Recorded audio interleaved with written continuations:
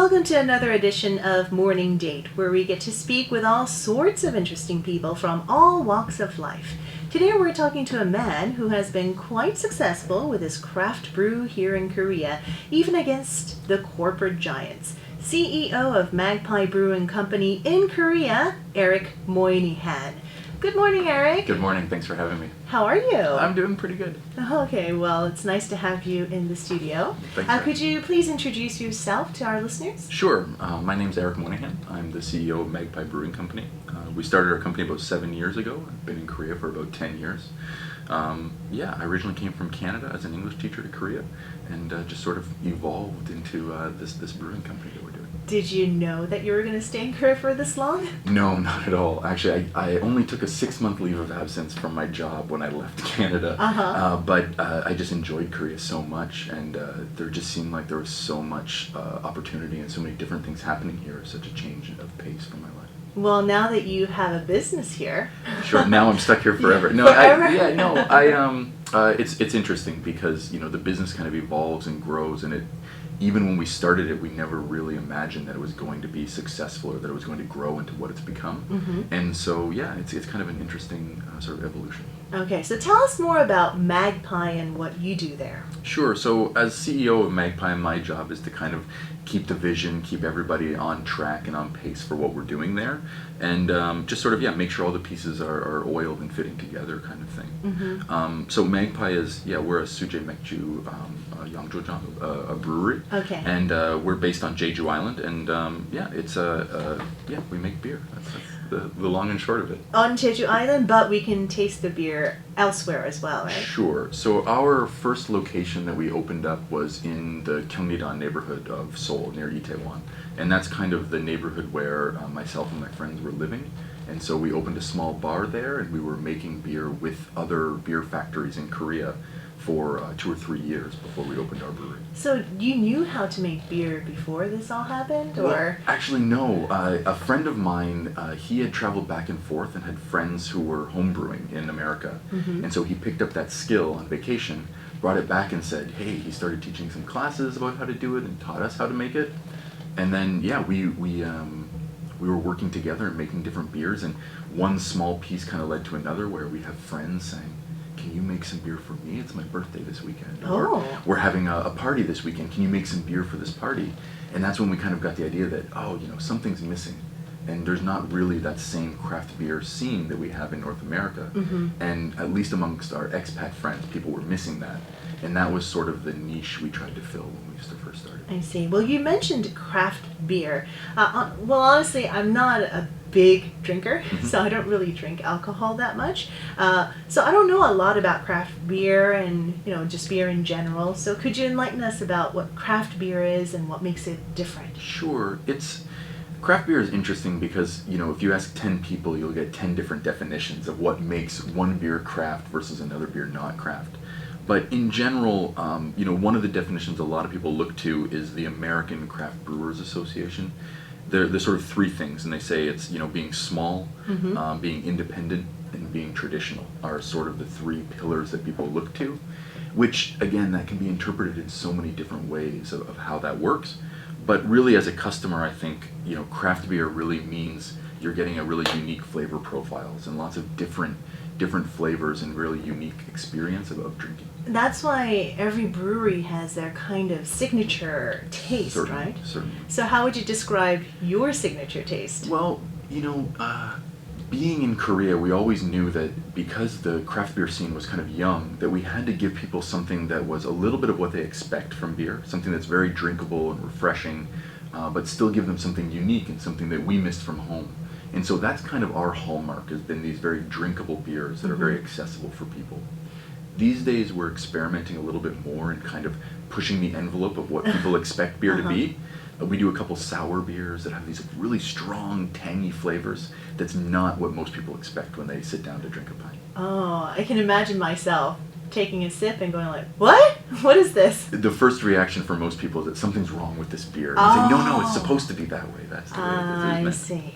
Well then, since there are many different styles of beer and tastes of beer, and many more people are enjoying craft beer here in Korea as well, I mean, the culture itself is about enjoying the taste, Certainly, right? certainly. Yeah, and also the flavors and the depth of beer.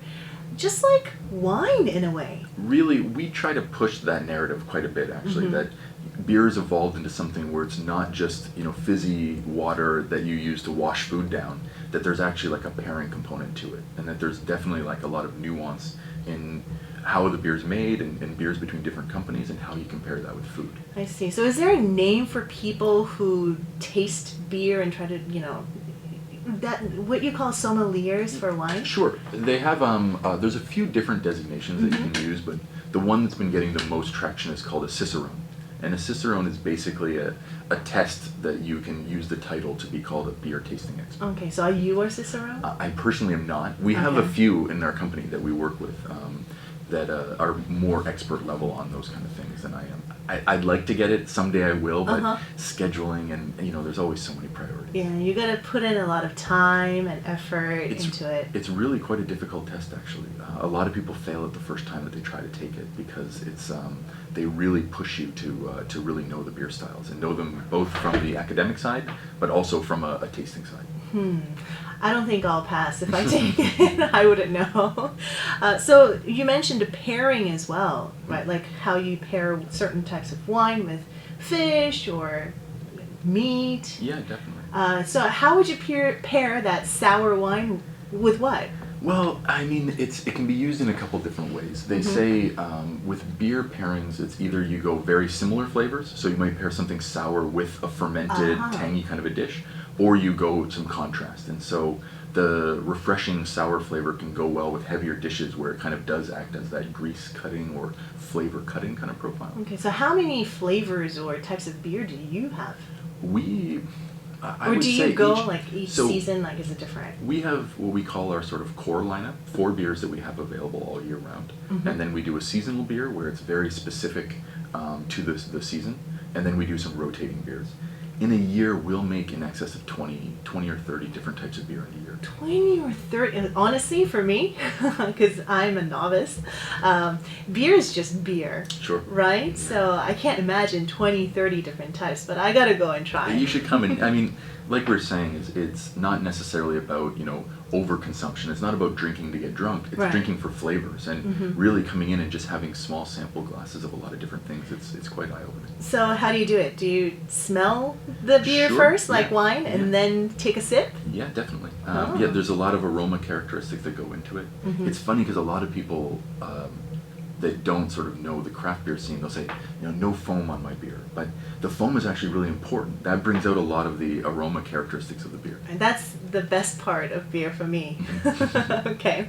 Well, we're going to continue with our talk with Erik after a short music break. So why don't we go ahead and listen to Carole King, Will You Still Love Me Tomorrow? We're back with Morning Date, and today we're sitting down with Erik Moynihan, the CEO of Magpie Brewing Company here in Korea. 네, 수제 맥주에 대해서 얘기를 하고 있는데요. 와인만큼이나 굉장히 새로운 세상이네요, 저한테는. 저는 그렇게 술을 많이 즐기는 편은 아니라서. 그런데 맥주를 테이스팅해보고 이렇게 20개, 30개 뭐 이런 여러 종류의 맥주가 있다는 것 자체도 저에게는 굉장히 새로운 사실인데요. 꼭 한번 가서 맛을 봐야 되겠습니다. Well then, I want to ask you, how did you get started here in Korea? I mean, where are you from originally? So I'm from southern Ontario in Canada, and I came to Korea originally for a 6-month working holiday. Oh yeah, you mentioned that. Yeah, I took a leave of absence from my job and said, I want to travel a little bit. I had 2 friends who were in between university degrees, and they wanted to do a little bit of traveling and make some money. And I said, if I don't pick up now and move and do something, I'll never do it, and I'll stay at this desk forever. And so I decided that I would come over here, and I started as a hagwon teacher, teaching kindergarten kids when I first landed, and I loved it actually. It was a lot of fun. Quite a change from a business corporate job, sitting at a desk. So I did that for a little while, and then I moved over into corporate teaching in Korea. I worked with Samsung and LG and a lot of the big guys doing some of the corporate education, and that's where I met my wife. And we were both thinking about these different business ideas, websites and online apps and all this kind of stuff, but we had started, we always liked making things. We were kind of making cheese at home and started making beer at home with some friends. And we just, quickly learned that people were really interested in the beer, and we kind of said, why are we wasting our time on these apps when we love doing this already? It's a lot of fun. Our friends and our associates all want to buy this stuff from us, so how can we turn this into a business? I see. So you never thought about going back to your home country and doing it there? But why did you decide to just stay in Korea? Well, I think, if I went back to Canada or North America in general, the beer industry there is, quite evolved. It's been growing for 10 or 20 years. And so what we kind of did is, we look at it as having a playbook where we've seen so many companies do so many interesting things. And here, where nobody was doing it at all, we could kind of pick and choose our favorite pieces and bring it here to Korea. And so I think, in some ways it'd be really easy to go back home and start a brewery. But in some ways it's also such an established industry over there that there would be, sort of a completely different set of challenges we'd have to face. And here, people are really excited about it. People get really interested in seeing people start something new and try to do something unique. So yeah. I can't imagine how your day looks like, because that's not what I do. But going from a corporate guy to an English teacher to a brewer sounds like quite a leap. Well, actually, in the beginning we made the recipes. We were home brewing and building our different things, but we would give those recipes to a Korean brewery that would make them for us. And then at one point we decided, we need to hire our own head brewer. We need to hire a brewer that's very technical and knows the details and can help sort of polish these ideas we have. And then now we hire a head brewer from North America usually that works with us to make sure that we're kind of doing that. And we found in Korea there was a lot of brewers, but people who really knew the traditions and the ideas from America was lacking. So we brought over a head brewer, and then he teaches our young Korean team, all the nuance and those details. So day to day, I actually don't do any of the brewing. I'm more on just the operational side of things. But I spend a lot of time with our brewing team. I see. So it's not as fun and exciting as it sounds. It's just management. No, almost. It's still, it is. I mean, it definitely is. There's always, we get to drink beer, so that's maybe makes up for it a little bit. But it's, at the end of the day, it's still, it's a business, it's a company. So someone has to, make sure people get paid and make sure we have a plan and the checkbook balances. Right, it's a headache, isn't it? Okay, well, now time for a little craft beer 101. Sure. As I told you, I don't really know anything about the brewing process or anything, so what is the basic brewing process? Sure, it's a pretty simple process. You take grain, but you soak it in hot water so that you can extract the sugars from the grain, is the first step. After that, we boil it and we add hops. Hops it's basically like a spice for the beer. It's where the bitterness and a lot of the aroma and flavors come from. Okay. So you boil that, and then you take that sugar water that's been boiled, we call it wort, and you ferment it. You add yeast to it, you wait for anywhere from 5 to 20 days of it can be even longer sometimes, and that turns the sugar into alcohol and carbonation. So it's the sugar that gets fermented to become alcohol. Yeah, the yeast eats the sugar, and that's okay. But then I think there are two types of beers, like lager and ale, I've heard. That's the number one distinction that most people make between the beer styles. So and it's what's the difference? Sure. Well, basically lagers are kept at colder temperatures for a longer period of time. They give it a very mellow, nuanced flavor usually. Ales are usually a little bit of a shorter fermentation. It's much faster, and you tend to get more robust or louder flavors from that. And that's the main distinction that a lot of people make. But I could probably pour 3 beers and you wouldn't be able to tell, is this one a lager or an ale? It's really the what do you want to say? The distinction can be quite blurry. Is that why ale beers are darker in color? Not necessarily. You can have a really light, clear ale as well. We do a beer called a Kolsch, actually.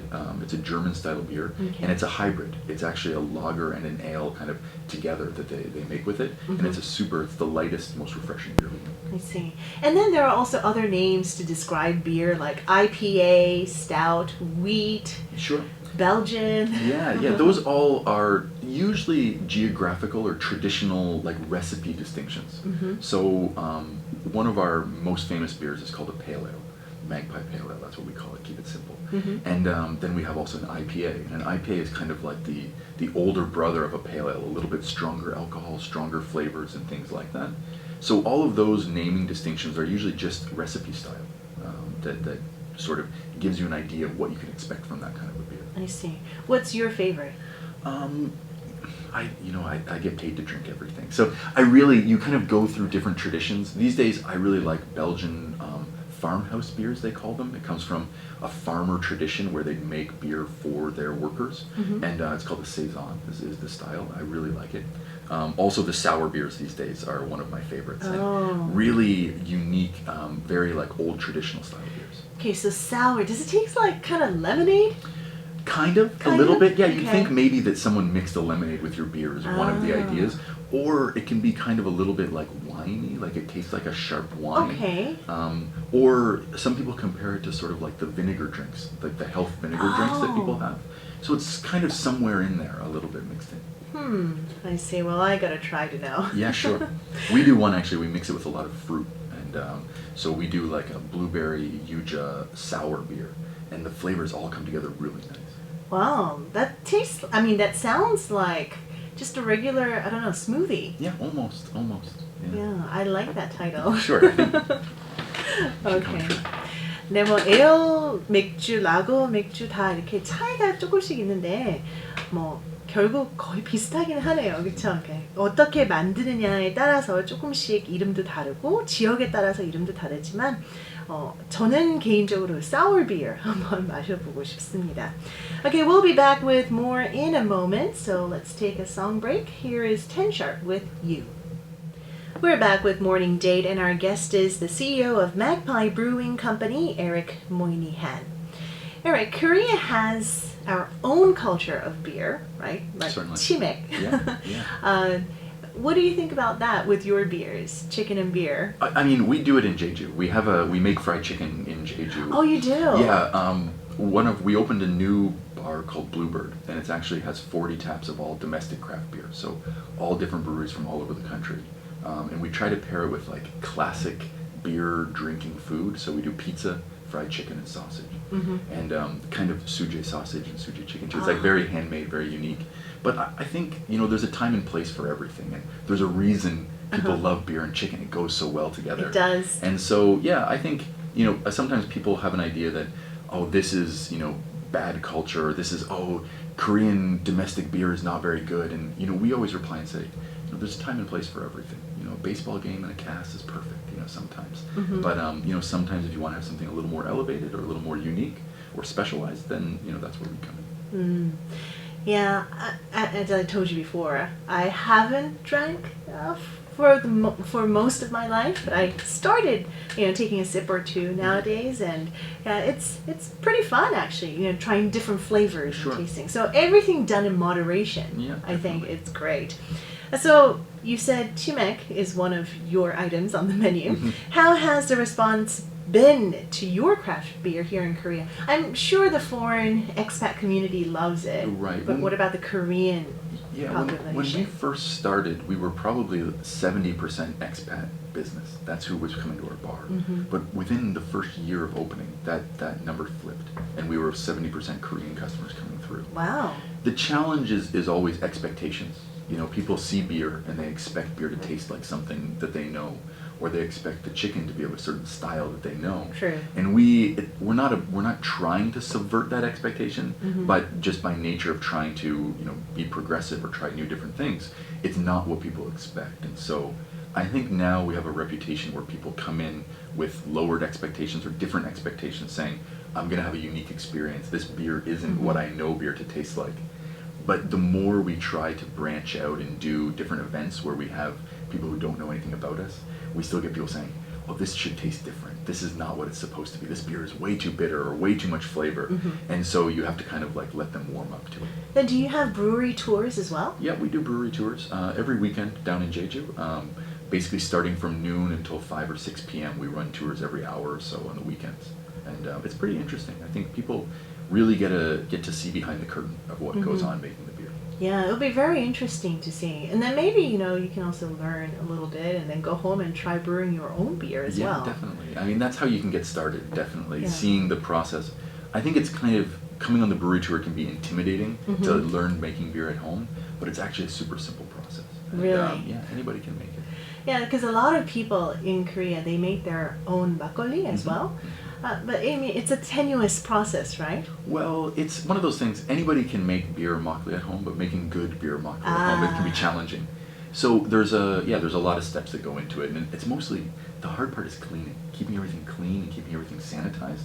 That's where the problems creep in. And so once you learn the tricks of the trade, then it's quite easy. I see. Does temperature also make a huge difference? Temperature is a huge one as well. That's it's one of the challenging things where you kind of brew in certain times of the year is easier than other times, or keeping the temperature in your house at the right level can help for that. But there's a wide margin of error with temperature. I see. You know, craft beer seems to be a bit more expensive than regular bottled beer or canned beer. Certainly, that's one of the big challenges that we face. You know, craft beer has always been a very sort of I don't know, democratic. It's like a people's product. You know, if people made it at home for generations. It's been used as like liquid bread for farm workers and things like that. And so, you know, making things on a small scale, we obviously can't compete with what a lot of the big breweries can produce beer for. And so we've always tried to push our prices as low and reasonable as possible, but at the same time, as it's small teams and small batches, and so by nature of that, it's going to be a little bit more expensive. I see. So maybe, you know, one day, if the prices go down, it could become more popular. I think so. I think, you know, the prices you see in North America, I think have made the trend of craft beer grow much more. And the government is getting better here at helping us reduce taxes and finding ways to make it a little bit cheaper for us, but we still have a long way to go. So to get the full experience, do you recommend us to go to Jeju? I mean, Jeju or Seoul, we ship the beer up multiple times a week, so it's always fresh, the beer that we have in Seoul as well. And so, with the quick delivery system here in Korea, it makes it possible, right? Well, it's pretty amazing because we'll send a refrigerated truck up from Jeju, so it's all cold, the beer's kept cold from start to finish. Goes into a refrigerated warehouse, gets delivered to our refrigerator. And so usually it only takes overnight for the beer to go from Jeju all the way up to Seoul. I see. So whether it's Seoul or Jeju, you can get the full experience of Magpie. Yeah, certainly. Okay. So what is the philosophy behind what you do? Maybe the philosophy of your company or your personal philosophy? Sure. I mean, it's kind of challenging. We started our business based on just making products for our friends and making products that we felt like had a soul or kind of told a story. And so I think one of the things that's made us successful is we focus a lot on craftsmanship and we focus a lot on community. You know, the expat community was so supportive of us when we first started, and that's kind of branched out into, you know, the Seoul community, the Korean community, the craft beer community, and then also culture. You know, we always try to bring in different artists. We spend a lot of time and effort on designing our cans and our posters and all those kind of things. So those have been sort of like the three philosophical pillars of the company: craftsmanship, culture, and community. But, you know, when we started, we didn't really start with this idea we were going to build a huge brewery and we were going to become millionaires and get rich off this idea. It started as a very small little corner alley shop. And so, you know, it's a business, so it has to make money, but at the same time, that's not what really guides most of our decisions in the company. Are we making something interesting? Are we filling a niche and challenging people's expectations? That's kind of more about what we're all about than the business side of it. Yeah, if you lose focus, right, then if it becomes something about maybe money or other things, then... And it's a challenge because, you know, Korea grabs onto these trends so quickly, and so we kind of have to stop ourselves or make sure we focus. And, you know, we've made some decisions sometimes that I think we lost focus a little bit, trying to pursue growth or trying to grow bigger than we're comfortable with. And so, yeah, kind of each year you kind of 2 steps forward and 1 step back and trying to make sure that you're making the right decision. Okay. 네, 맥파이 브루잉 컴퍼니에서 주말마다 그 브루어리 투어를 한다니까요. 여러분들 관심 있으시면 한번 가보시는 것도 좋을 것 같아요. 제주도에서만 투어를 하는 걸로 알고 있습니다. Right? Just on Jeju? Just on Jeju. Okay. 네, 맥파이 브루잉 컴퍼니의 CEO인 Erik Moynihan이었습니다. Thank you so much for taking out your time. Oh, no problem. Thanks for having me. Yes, and it was very educational Sure, I hope so. and enlightening at the same time. Well, nice to meet you, and I'll see you around. Yeah, perfect. Thanks. Thank you.